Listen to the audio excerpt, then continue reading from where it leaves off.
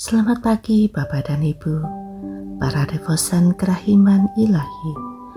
Bacaan hari ini dari buku harian Santa Faustina nomor 436 sampai dengan 438, 29 Juni 1935. Ketika aku berbicara dengan pembimbing rohaniku mengenai beberapa hal yang diminta Tuhan dariku, aku pikir ia akan mengatakan kepadaku bahwa aku tidak mampu memenuhi semua hal itu, dan bahwa Tuhan Yesus tidak akan menggunakan jiwa-jiwa yang papa seperti aku untuk karya-karya yang ingin ia laksanakan.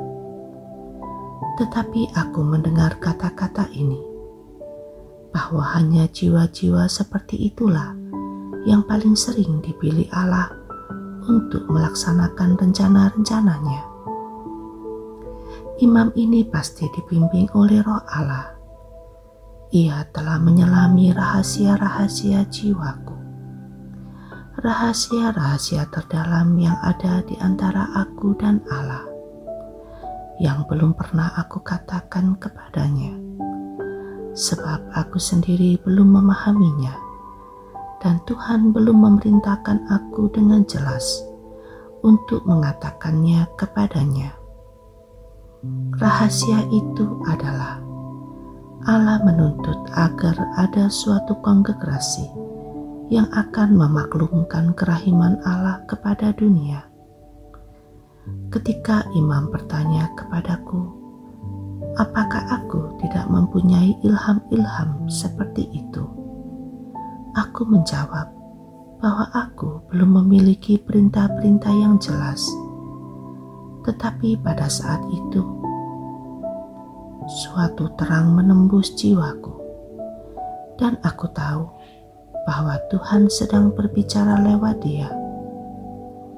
Sia-sia aku membela diri dengan mengatakan bahwa aku belum menerima perintah yang jelas, karena pada akhir percakapan kami, aku melihat Tuhan Yesus berdiri di ambang pintu, seperti tampak dalam gambar kerahiman ilahi, dan ia berkata kepadaku, aku ingin ada suatu kongregasi seperti itu.